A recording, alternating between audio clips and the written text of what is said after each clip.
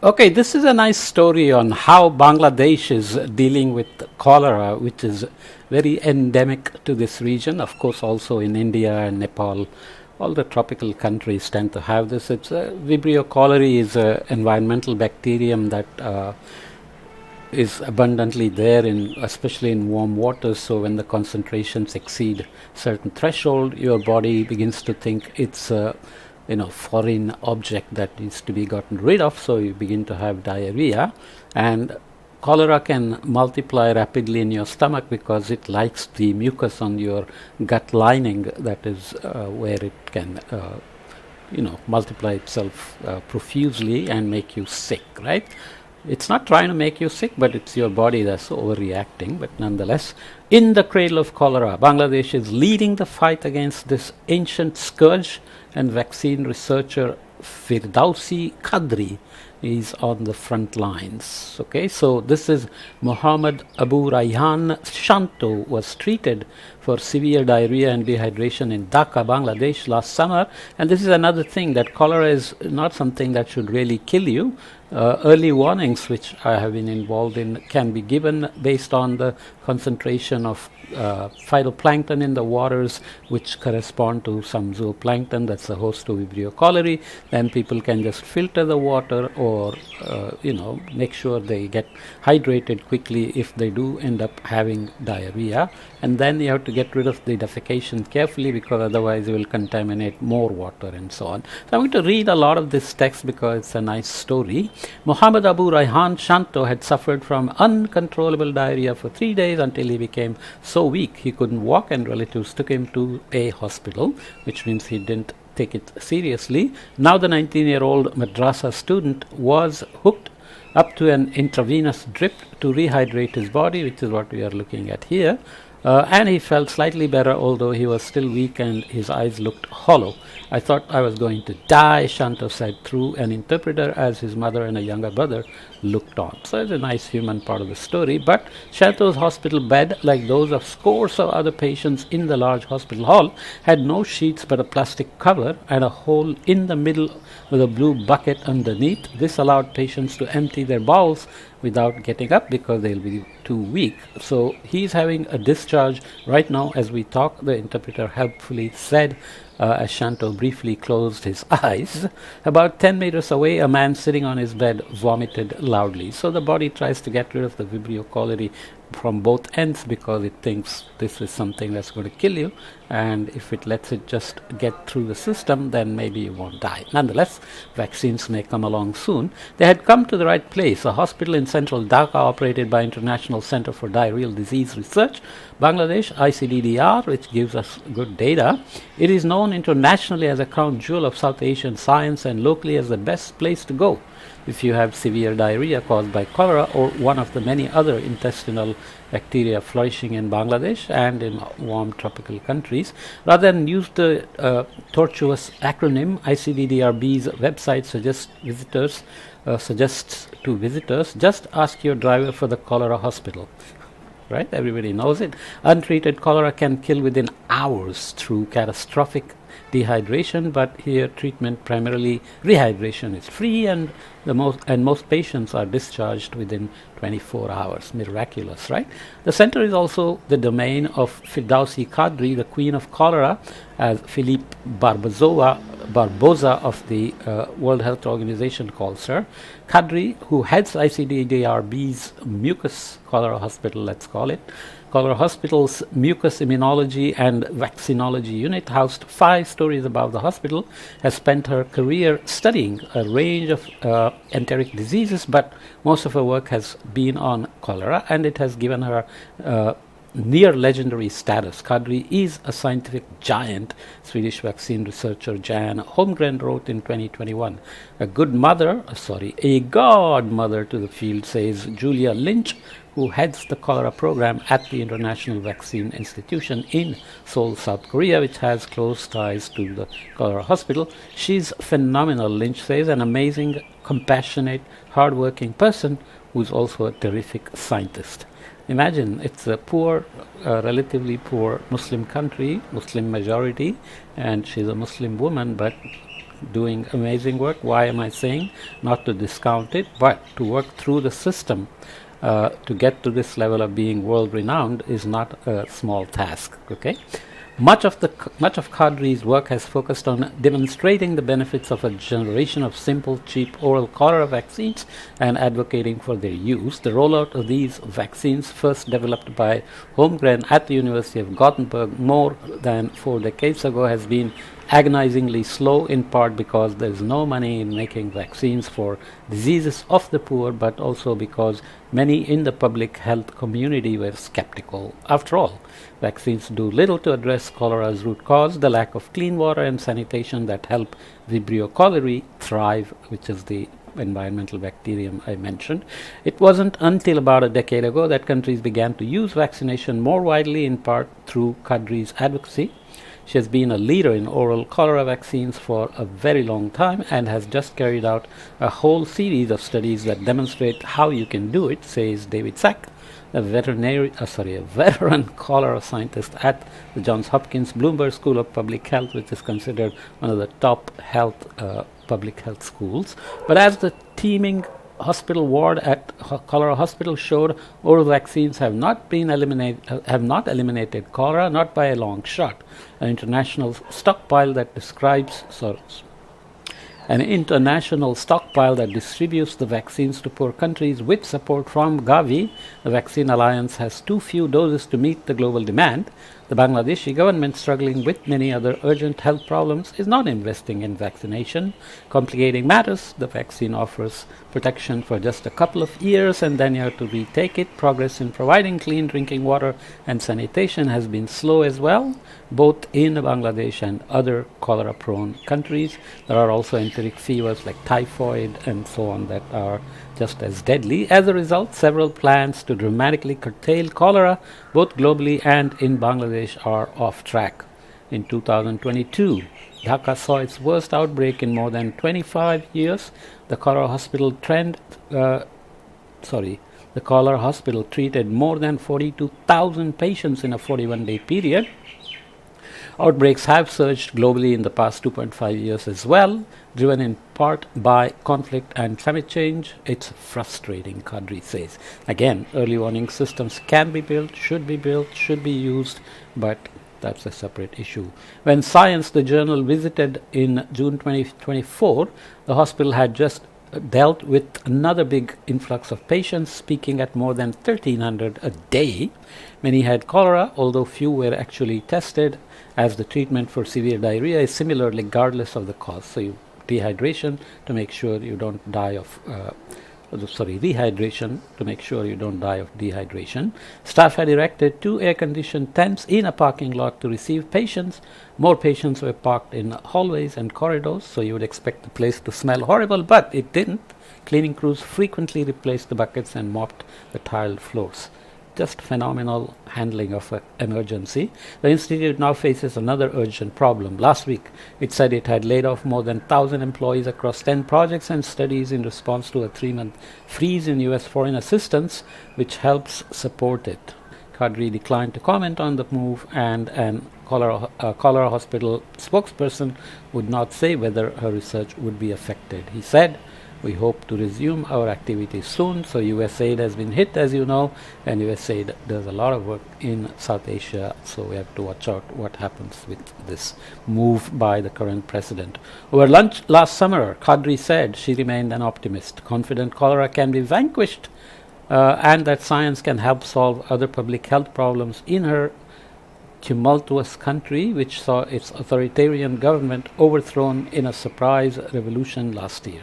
At age 73, Kadri works 6 long days a week at ICDDRB, the cholera hospital, and at a private institute she co-founded a decade ago to address neglected health needs and train young scientists. She seems like a real hero. "I want to do so much," Kadri said before she got up to her next meeting. "Do you think I'm a mad woman?" She knows that she's running helter-skelter, trying to do so many things, but she's indispensable. It's no coincidence that the mecca of cholera research, as Holmgren calls it, is Bangladesh. Bacteria emerging from the brackish water of the Ganges River Delta are believed to be the origin of 6 of the 7 cholera pandemics that have washed over the globe and the past 200 years, killing tens of millions of people, stoking fear and panic, and inspiring novels and movies. The third pandemic from 1846 to 1860 struck London, where physician John Snow famously showed cholera was carried not by bad air but by contaminated water. The seventh began in 1961 and is still ongoing around the world, keeps going around. And John Snow, in fact, had shown that there was one hand pump that was being used by everybody that was the source of that epidemic. Then he closed it down, shut it down, and the cholera epidemic was managed. Okay, so Cholera Hospital was established as the Cholera Research Laboratory in 1960 by the Southeast Asia Treaty Organization, a US-backed group aimed at stopping the rise of communism. So communism is the goal, but they want to help in other ways to ensure that people don't run into the arms of communist governments and politicians. During its first 60 years, the lab was led by foreign scientists who helped bring in collaborations, expertise, and funding. The centers always are aligned with photos of famous visitors, including Hillary Clinton and Melinda French Gates. You know, French Gates Foundation funds a lot of vaccination work. In 2021, nutrition scientist Tahmid Ahmad became the first Bangladeshi to head the center. So Hillary Clinton was Secretary of State, and she visited South Asia and Southeast Asia as well. In the 1960s, Cholera Hospital played a pivotal role in the development and testing of oral rehydration solution, a cheap, simple mix of glucose and salt that can be dissolved in water and given to diarrhea patients to replace lost fluids and prevent dehydration. Voila, you are saved. Bangladesh's gift to the world, as Ahmed calls it, became a first line of treatment globally, saving millions of lives if they are caught in time. The institute has since expanded into malaria and other mosquito-borne diseases, HIV/AIDS, malnutrition, child and maternal health, and other medical challenges facing Bangladesh. But it also helps prevent diseases that cross borders, says U.S. cholera scientist John Clements, who headed the Cholera Hospital from 2013 to 2021. He predicts halting financial support will be very expensive for the U.S. in the long run, in the sense cholera will then start to pick up again and will come back to haunt Americans and American soldiers placed all over the world. Qadri was born in Dhaka when Bangladesh was still a province of Pakistan, East Pakistan it was called. Her parents divorced when she was young, and she was mostly raised by her grandparents. Her grandmother insisted she pursue a good education, which was unusual at the time in Bangladesh. Bangladesh's Muslim majority society. Girls have to have their own profession, their own education, and their own earning power, Qadri says. Her grandmother told her this. Qadri's older sister, who became a physician, urged her to study something more modern, more trendy, like molecular biology, microbiology, or biochemistry, Qadri says. No need for another doctor in the family. Amazing family, right? And these are women who are leading themselves into such big roles in life. Her studies at Dhaka University, where she got a master's degree in molecular biology, were interrupted for 9 months by the brutal war that led to Bangladesh's independence in 1971. Hundreds of thousands of perhaps millions were killed by Pakistani military and the affiliated militias, including many students and academics. Qadri's family came out unscathed, but when it was over, we didn't know whether to smile or cry because so many people we knew were dead, she says. The episode strengthened her love for the country. Okay. In 1977, Qadri moved to the UK, United Kingdom, with her husband, also a scientist, to do a PhD in biochemistry and immunology at the University of Liverpool. She loved the life there. The colonial era had instilled deep appreciation of England in her family, she says, but the couple returned to Bangladesh in 1980 to help rebuild the destitute country. In 1986, She joined the cholera hospital as a postdoc. Since then, she's worked on many intestinal pathogens common in Bangladesh, including Shigella, Escherichia coli, E. coli, and rotavirus, but her main focus has been cholera. Stunning story. On a warm Tuesday morning, Kadri showed science around a slum in Mirpur, a neighborhood in northern Dhaka, with a few younger scientists and assistants in tow. The streets were lined with grey concrete apartment blocks. Inside, families of 5 or more lived in a single room. Their possessions stacked against the walls, a big TV screen hanging over the bed. Kadri stopped occasionally to make small talk with the residents, inquire about their children's health, and ask to see their vaccination cards. So she's, very socially conscientious woman. A long winding journey, a history of cholera. Oral cholera vaccines first proved their mettle almost 4 decades ago, but their development and introduction has been a long, slow process. Today, as outbreaks are ranging I'm hungry, folks. Sorry about this. Today, as outbreaks are raging in dozens of countries, there is a huge shortage of doses. So, large trial in Bangladesh shows efficacy of the new oral vaccine in 1989, 88 or so. Oral vaccine named Dukoral is licensed in dozens of countries in 1993. Cheaper, simpler version of the vaccine shown to be efficacious in Vietnam in 1997. Jumping to 2011, Haiti outbreak kills more than 9,000, bolsters support for vaccination. Basically, UN peacekeeping force went there and they were blamed of bringing cholera and so on. World Health Organization approves oral vaccine from Shanta Biotechnics in India in 2012. Global oral cholera vaccine stockpile established in 2014. WHO approves vaccine from Biologics in South Korea. New global strategy aims to cut cholera deaths by 90% in 2030. Mass vaccination staves off outbreak in Rohingya camps in Bangladesh in 2018, just before COVID. September start of a global surge in outbreaks, more than 45 countries affected. So the 1961 epidemic is still making circles around the globe, disappearing and reappearing. October, vaccines in 2020, vaccines in short supply, second dose temporarily scrapped, and Shanta Bioclinic ends production of cholera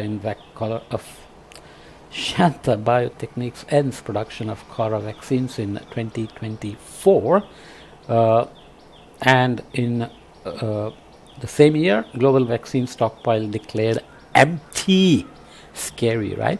So coming back to the text, the neighborhood where Kadri is walking around with the science journalists, the neighborhood is one of Cholera Hospital's main research sites. Kadri led a study here in more than 250,000 people, published in 2015, to show that mass cholera vaccination among the urban poor is feasible. Today, one study is testing the duration of the vaccine's protection in children. There are also trials of new vaccines against typhoid and Shigella, and one to explore whether vaccination against cholera, typhoid, measles, and rubella can be combined, so you take one shot for all of them together. It's not hard to see why pathogens that travel the fecal-oral route could thrive in neighborhoods. Most households have running water disinfected at the source with chlorine, but the supply is uneven. Occasionally, water pressure drops, allowing dirty water to leak into the neighborhood's pipes and tubes. Multiple households can share a single kitchen and a single foul-smelling toilet, meaning body infected with cholera can easily expose many others. Okay, so there are programs like WASH, water, sanitation, and hygiene, in cholera jargon, that are being introduced.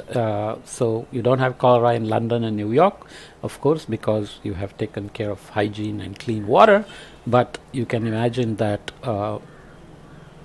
less than 1/3 of the size of Spain, Bangladesh has more than 170 million inhabitants, more than 20 million of them in Greater Dhaka. So these congested resource limited regions are a hotbed for cholera explosion. So scientists have tried long to tame cholera, but with the vaccines instead. So ideally you want to have clean water and hygiene, but that's not possible. You want to be always ready for vaccination. Of course, then the problem is vaccine productions might disappear, the stockpiles may disappear, and so on. So you have to really worry about how these work. Large-scale trials in the 1960s showed the vaccines provided poor protection, 50% at most, for just a few months and only in adults. So who stopped recommending them in the 1960s? Okay. So you have to be careful about what you sell as very effective. But at his lab in Sweden, Holmgren pioneered a new strategy, an oral vaccine that could, so this was a different type of vaccine, injections, but these are oral that we already discussed, and these vaccines have shown to be effective. So 1985 study in Bangladesh led by Clement showed 2 doses offered about 85% protection during the first 2 years, so revaccination will be needed. So Decoral, which we mentioned, was is effective, but always remained a traveler's vaccine, so people use it when they travel to developing countries from developed countries. So it was just too complex and too expensive to work in mass vaccination campuses. Polio is also a oral vaccine which has become very effective because there has been very concerted effort to do it, and polio scares people, but maybe cholera is not as scary. So we have to worry about all these things. And let's see, what else do I don't want to read the whole text. I got the main story because I wanted to read about Kadri and her incredible work. This is more on how the vaccines are going. So they work on the vaccine. Holmgren and Clements won several prestigious awards, including Albert B. Sabine Gold Medal. Within who or else and elsewhere in the global health community, however, some saw oral vaccines as a technological fix and a distraction from WASH measures. So when you start giving vaccines, will people become less careful about basic hygiene and so on? That has to be always kept in mind, because it can become a moral hazard that you give a vaccine, people feel safe and they expose themselves to more cholera. But obviously support from Bill and Melinda Gates Foundation, etc., have been helping Kadri and others to look at this in more detail. A turning point came in October 2010 when cholera broke out in Haiti 10 months after an earthquake that killed 200,000 people. Hundreds of thousands got sick and more than 8,000 died in the first year. The tragedy drove home that working on WASH was all well and good, Holmgren says, but vaccines could save lives in the meantime when there is an emergency, because WASH, water and hygiene, etc., are long-term measures. They have to be built in, maintained, and sustained with funding, right? It was absolutely decisive, he says. That outbreak originated in a camp for UN peacekeepers and so on, as I mentioned. So there have been more efforts now. South Korea is producing vaccines that we saw in the timeline. 2017 humanitarian crisis in Bangladesh showed just how powerful a vaccine stash could be, and it was such a sad sight, says Kadri, who flew to the area within weeks after the influx and has visited dozens of times. So when you have issues of conflicts, Rohingyas got kicked out, and where will they go? They inundate Bangladesh and India. So there were people sitting everywhere in the rain and mud with such a vacant look on their face, says Kadri about the Rohingya refugees. There was also a cholera epidemic waiting to happen. My heart told me we had to do something quickly, Kadri says. So with the help of Cholera Hospital, she did vaccination, and since then there have been 8 additional vaccination rounds in the camps, whose population has swollen to well over 1 million people. Optimism rose about the potential of the oral vaccines. So there are more details. So as many as 20 countries could eliminate the disease as a threat to public health by 2030 if we keep up with WASH and early outbreak detections, so early warnings could come in very handy. That's a investment that is totally worth it and a no-brainer, literally. But sometimes it needs foreign assistance, like the US putting money. But if US aid is cut off, then it can be a big problem as well. Okay, so what things haven't gone according to plan. Cholera cases did decline globally for a few years after the 2017 roadmap, but COVID-19 pandemic wiped out part of the gains. So pandemic came, took priority, then we dropped many of the other things. We have talked a lot about how the pandemic affected climate action, but these are really things that kill people, and these are also part of the climate action overall, but these are much more urgent than building resilience and adaptation, etc., because these are crises that have to be managed in real time. Okay, so then there are wars like Sudan, Syria, Congo, etc., climate change on top, extreme weather makes things worse, so Zambia, floods, there is no end to how many places are vulnerable to cholera and how quickly it can ramp up. The stockpile of vaccines hasn't kept up with all these events. 2022, French pharma giant Sanofi, the parent company of Shanta, that is Indian word, ended the production of cholera vaccines despite protests from the World Health Organization. Sanofi, etc., are profit-making companies. If they don't make enough money, they will just say it's not urgent for us. So this has left Biologics in South Korea as the only supplier, and only produced about 50 million doses last year, far short of the demand. Allocating doses has become like Sophie's choice, says Barbosa, who's representative on the international group managing the stockpile. In late 2022, the panel decided to temporarily switch to a one-dose regimen, which a 2016 trial by Kadri in Bangladesh had suggested offered reasonable protection. Okay, so there are more details there. Bangladesh is now at a major crossroads. In August 2024, student protests toppled the country's autocratic government. The president has fled and is sitting in India, and this has led to this had tried to suppress them with deadly violence. So the autocratic government tried to suppress the protests, but the 84-year-old Muhammad Yunus, the microfinance pioneer and Nobel Prize winner, is now the head of the interim government and is trying to lead an effort to run an election and put democratic government back in order. Recent reports have documented the disappearance of thousands of political opponents and widespread corruption under Sheikh Hasina, the ousted prime minister who ran away because of all the unrest. So Kadri, of course, hopes the new government will eventually devote more resources to science. Cholera Hospital enjoys support from many foreign sources. Without the Gates Foundation, I would be nothing, Kadri says.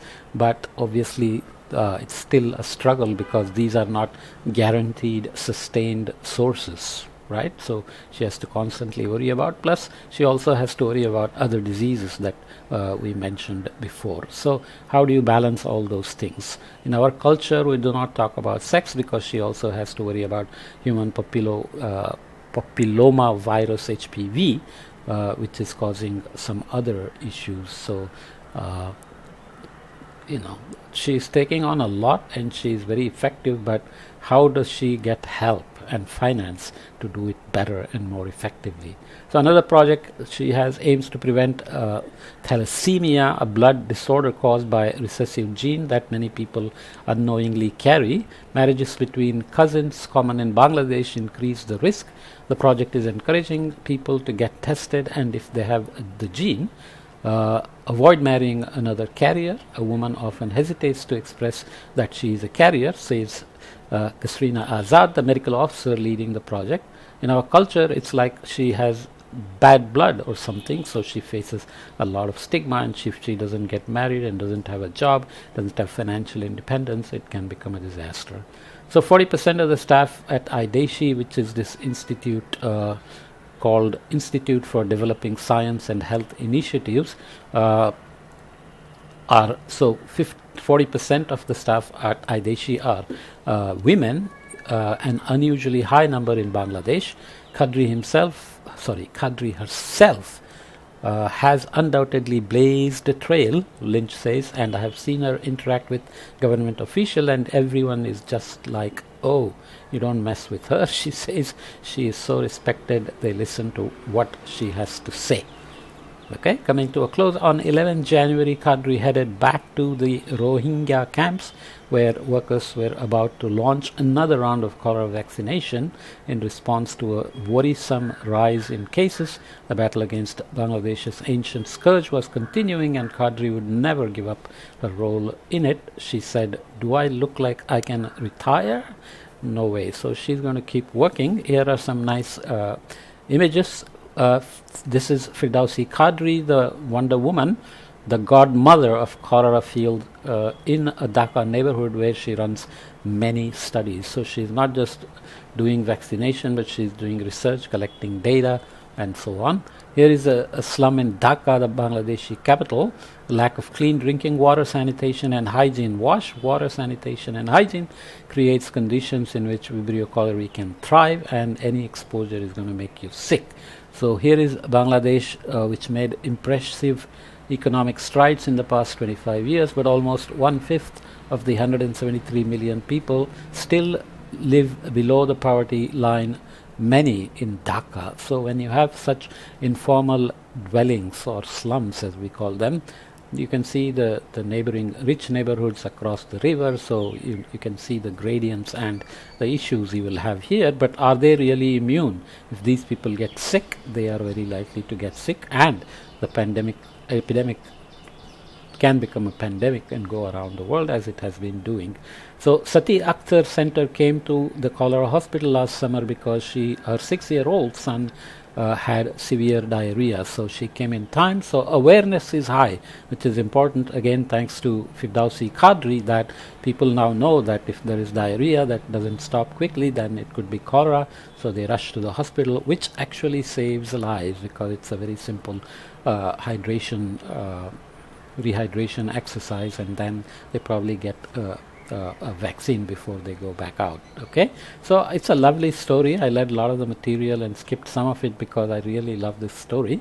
You can go back and read the things I skipped, but remember the name Kadri of the Cholera Hospital in Bangladesh, Wonder Woman. Okay, see you in the next topic.